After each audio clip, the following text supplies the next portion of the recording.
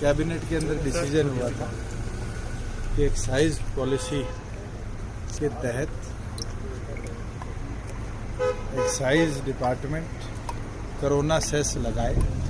उसके ऊपर आज निर्णय हुआ है कि जो हमारी इंपोर्टेड लिकर IFL जो सारी विदेश से हमारे यहाँ आती है उस पर 50 रुपये 375 ml से बड़ी बोतल पर और 25 रुपये छोटी बोतल पर सेस लगाया जाएगा। वहीं जो हमारी इंडियन मैन्युफैक्चर्ड फॉरेन लिकर है उस पर जो बोतल अद्दा और क्वार्टर है उसके ऊपर 20, 10, 5 रुपए की प्रपोर्शन पे सेस लगेगा। बियर जो माइल्ड और रेगुलर बियर है उस पे 2 रुपये और जो स्ट्रॉन्ग बियर है उस पे 5 रुपये सेस लगेगा। और जो हमारे कंट्री लिकर है उसके ऊपर बॉटल अद्दा और क्वार्टर के ऊपर 5, 3 और 2 रुपये सेस एडिशनल हम लगाने का काम करें। जितने हमारे इवेंट्स कंटेमिनेटेड जोन के अंदर हैं उसको बंद रखा जाएगा। MHA की गाइडलाइंस के अनुसार चाहे सोशल डिस्टेंसिंग की बात हो चाहे स्पेसिफिक एरिया की बात हो उनको मॉनिटर किया जाएगा। तमाम SPs और DCs को प्रॉपर डायरेक्शंस भेजी जाएंगी और उन डायरेक्शंस के साथ साथ रेगुलर वर्किंग, क्योंकि फाइनेंशियल ईयर हमें पूरा रीइस्टैब्लिश करना पड़ा क्योंकि हमारा 1 अप्रैल से फाइनेंशियल ईयर शुरू होना था और आज तक एक भी इवेंट प्रदेश में खुला नहीं है। तमाम हमने वेंडर्स से भी, तमाम मैन्युफैक्चरर से भी और होलसेलर से भी निरंतर चर्चा करने के बाद ये निर्णय लिया है कि उसको कल से लेकर और 19 मई 2021 तक एक्साइज ईयर के तौर पर हम चलाने का काम करेंगे। क्योंकि अभी ये नहीं पता कि किस वेंडर को कितना कितना इफेक्ट होगा और किस किस प्रोपोर्शन के अंदर उसके रेवेन्यू को इफेक्ट आएगा। इसलिए 3 मिनिस्टर्स की एक कमेटी बनाई गई है जो अगर किसी के लॉकडाउन के दौरान फीस के अंदर बिकॉज ऑफ लॉकडाउन कोई वेरिएशन आती है उसको असेस करने के लिए सिर्फ अगले 2 महीने के लिए मेरी ट्रांसपोर्ट मिनिस्टर और स्पोर्ट्स मिनिस्टर की एक कमेटी है जो उसको हर महीने की 15 तारीख को असेस कर कैबिनेट के आगे असेसमेंट रिपोर्ट देगी कि क्या हमें किसी को रिलैक्सेशन देनी चाहिए नहीं देनी चाहिए। हमारा ये प्रयास है।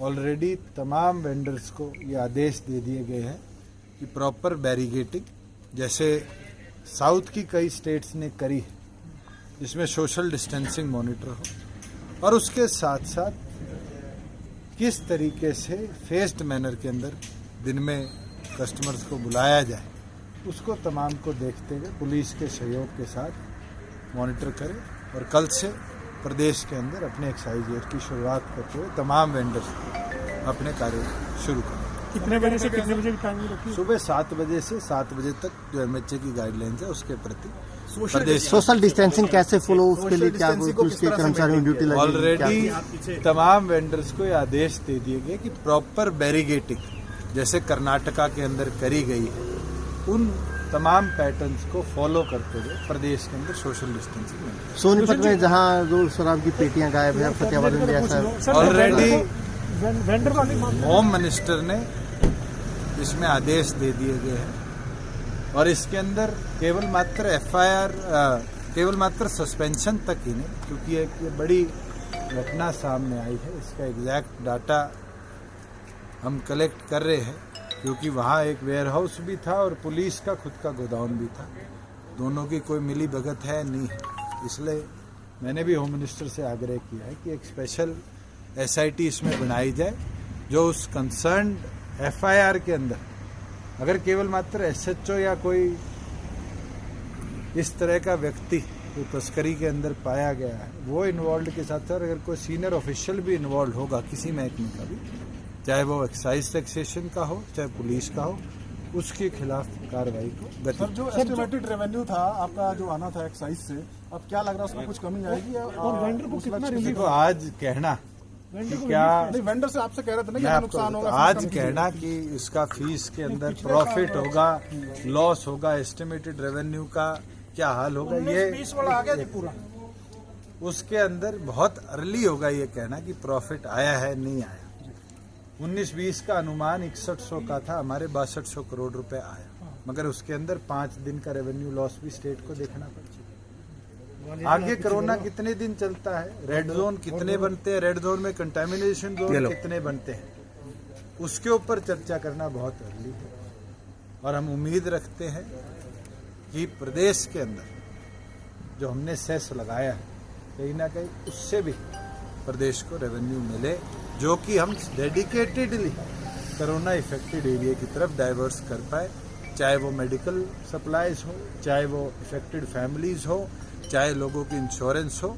हमारा ये प्रयास है कि प्रदेश के अंदर उस रेवेन्यू को हम डाइवर्ट और आज कैबिनेट में जो है वो ये अमेंडमेंट किया है सर पॉलिसी में कि इतना रिलीफ वेंडर को दिया जाए, वो छूट की मांग देखिए, हमने उनको जो उनकी पेमेंट थी, जो पहले लगभग 30% वो पहले महीने में करते थे, उसको 20% किया है जी। और जो बचा हुआ अनुमान था लगभग 5% जो उनको दूसरे महीने के पहली तारीख से देना पड़ता था, उसको फिर प्रोपोर्शनली आगामी दिनों के अंदर डाइवर्ट किया। और क्या डिसीजन फीस क्योंकि दिन 365 उनको दिए गए हैं, उसके अंदर फीस में कोई और कैबिनेट के डिसीजन और क्या क्या सर? एक चर्चा जरूर हुई है और उसके अंदर किस तरीके से, क्योंकि आगे पैडी का सीजन आ रहा है, फार्मर को किस तरीके से उसके अंदर हम केंद्र की जो जल जीवन योजना के माध्यम से कैसे इंसेंटिव दे पाए कि वो पैडी की तरफ ना जाए,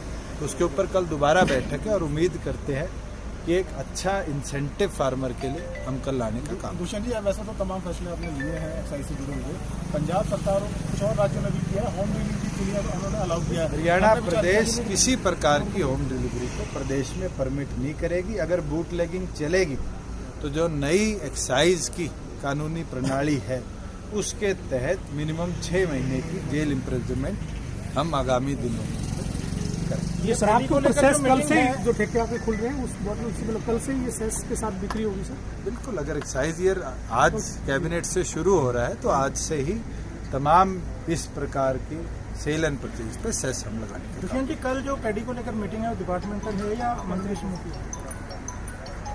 कैबिनेट में चर्चा हुई है, डिपार्टमेंट का विषय है। डिपार्टमेंट के प्रपोजल को मैं उम्मीद करता हूं कि हरियाणा प्रदेश के हम फार्मर को किस प्रकार से इंसेंटिव दे पाएंगे, पिछले साल के इंसेंटिव से भी बढ़ा चढ़ाकर कि ज़्यादा से ज़्यादा फार्मर उसके अंदर अपने आप को कन्वर्ट कर पाए, हमारा टारगेट है। सर, ये बताएं कि अभी टारगेट हमने जो वर्ष 2020 और 21 के लिए एक्साइज के रखे थे उसको रिव्यू किया है या बढ़ाया? बिल्कुल किया है और मैं विश्वास रखता हूँ कि पिछले साल जो हमने एक्साइज ईयर के टारगेट रखे थे उससे फालतू रेवेन्यू प्रदेश इस साल एक्साइज में लाएगा। एक सर, सरकार ने फैसला लिया कि पट्टे पर जो लोग खेती करते हैं धान की, वो अब नहीं कर पाएंगे। पंचायती के अंदर भी निर्णय यह लिया गया है कि 35 मीटर डेप्थ से ज़्यादा अगर कहीं भी पंचायती जमीन पर, और 8 हमारे ऐसे ब्लॉक है जहाँ पानी का स्तर निरंतर गिरता जा रहा है,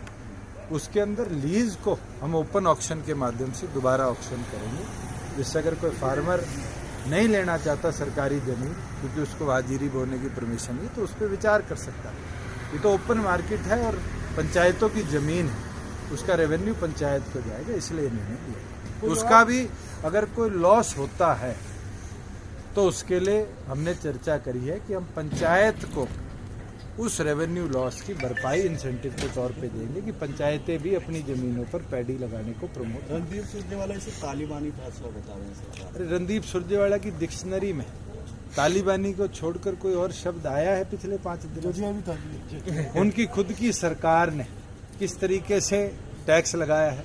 दिल्ली की वो वाहवाही करते थे, दिल्ली ने 7 रुपये डीजल पे टैक्स बढ़ा दिया। क्या रणदीप सुरजेवाला ने एक बार भी दिल्ली के खिलाफ बोला है? शराब पे भी बढ़ाई। रणदीप सुरजेवाला जी केवल मात्र मेरे ख्याल से पिछले 1 महीने में जब से वो कोरोना इफेक्टेड एरिया से निकले हैं और पंचकुला आकर बैठे हैं, वो जजिया कर और तालिबानी फैसले के सिवाय कोई और शब्द डिक्शनरी से ले आए तो मैं उनको मान लूँ।